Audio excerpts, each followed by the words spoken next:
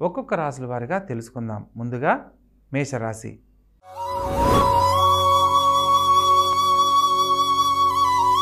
ఈ యొక్క మేషరాశి జాతకులను కనుక మనం పరిశీలించినట్లయితే లగ్నంలో గురుగ్రహ సంచారం జరుగుతున్న కారణంగా ముఖ్యమైన పనుల్లో ఆటంకాలు తొలగిపోయి కొన్ని శుభ సంబంధమైన కార్యక్రమాలు మొదలుపెట్టడానికి ఇది అనుకూలమైన కాలంగా చెప్పడం జరుగుతుంది.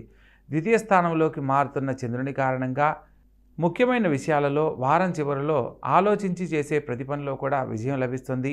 అదేవిధంగా షష్టమ స్థానంలో కేతుగ్రహ సంచారం జరుగుతున్న కారణంగా ఆరోగ్య విషయంలో కూడా జాగ్రత్తలు పాటించాలి.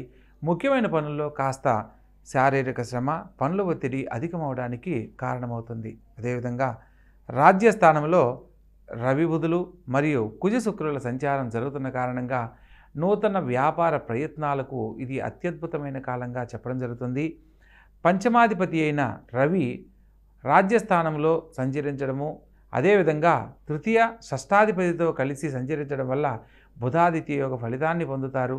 ప్రత్యేకంగా ఈ యొక్క రవి 14వ తారీఖు వరకు మకర రాశిలోను, 14 తర్వాత కుంభరాశిలో సంచరించబోతున్నాడు. కాబట్టి ఈ యొక్క మేషరాశి వారికి లాభస్థానంలోకి రవి మారడం వల్ల ఈ వారం అత్యద్భుతమైన కాలంగా తెలియజేయడం జరుగుతుంది. ఎప్పటి నుంచో పరిష్కారం కాని సమస్యలు పరిష్కరించబడతాయి.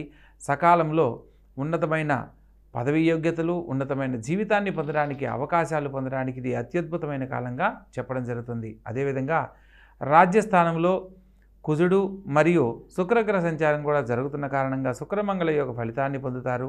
రాజకీయ పరంగా రాణించాలనుకున్న వారికి నూతన అవకాశాలు లాభిస్తాయి. వ్యయ స్థానంలో రాహుగ్రహ సంచారం చేత మీ యొక్క కులదైవతను ఆరాధించినట్లయితే దూర ప్రాంతాలలో స్థిరపడాలనుకున్న వారికి నూతన అవకాశాలకు సంబంధించిన శుభవార్తలు వింటారు. ముఖ్యంగా వ్యయ స్థానంలో సంచరిస్తున్న రాహుగ్రహానికి సంబంధించి ప్రత్యధి దేవతగా దుర్గాదేవిని ఈ వారం గనక ఆరాధించినట్లయితే అనేక రకాల శుభాలు కలుగుతాయి. ప్రతినిత్యము ఓం రం రాహవే నమః అనే మంత్రాన్ని పఠించి 21 సార్లు పఠించి మీ నిత్య కార్యక్రమాలను ఏది ప్రారంభించినా అన్ని పనుల్లో విజయాన్ని పొందడం జరుగుతుంది. కాబట్టి చక్కగా ఆచరించండి, ఆనందకరమైన జీవితంలో జీవించండి.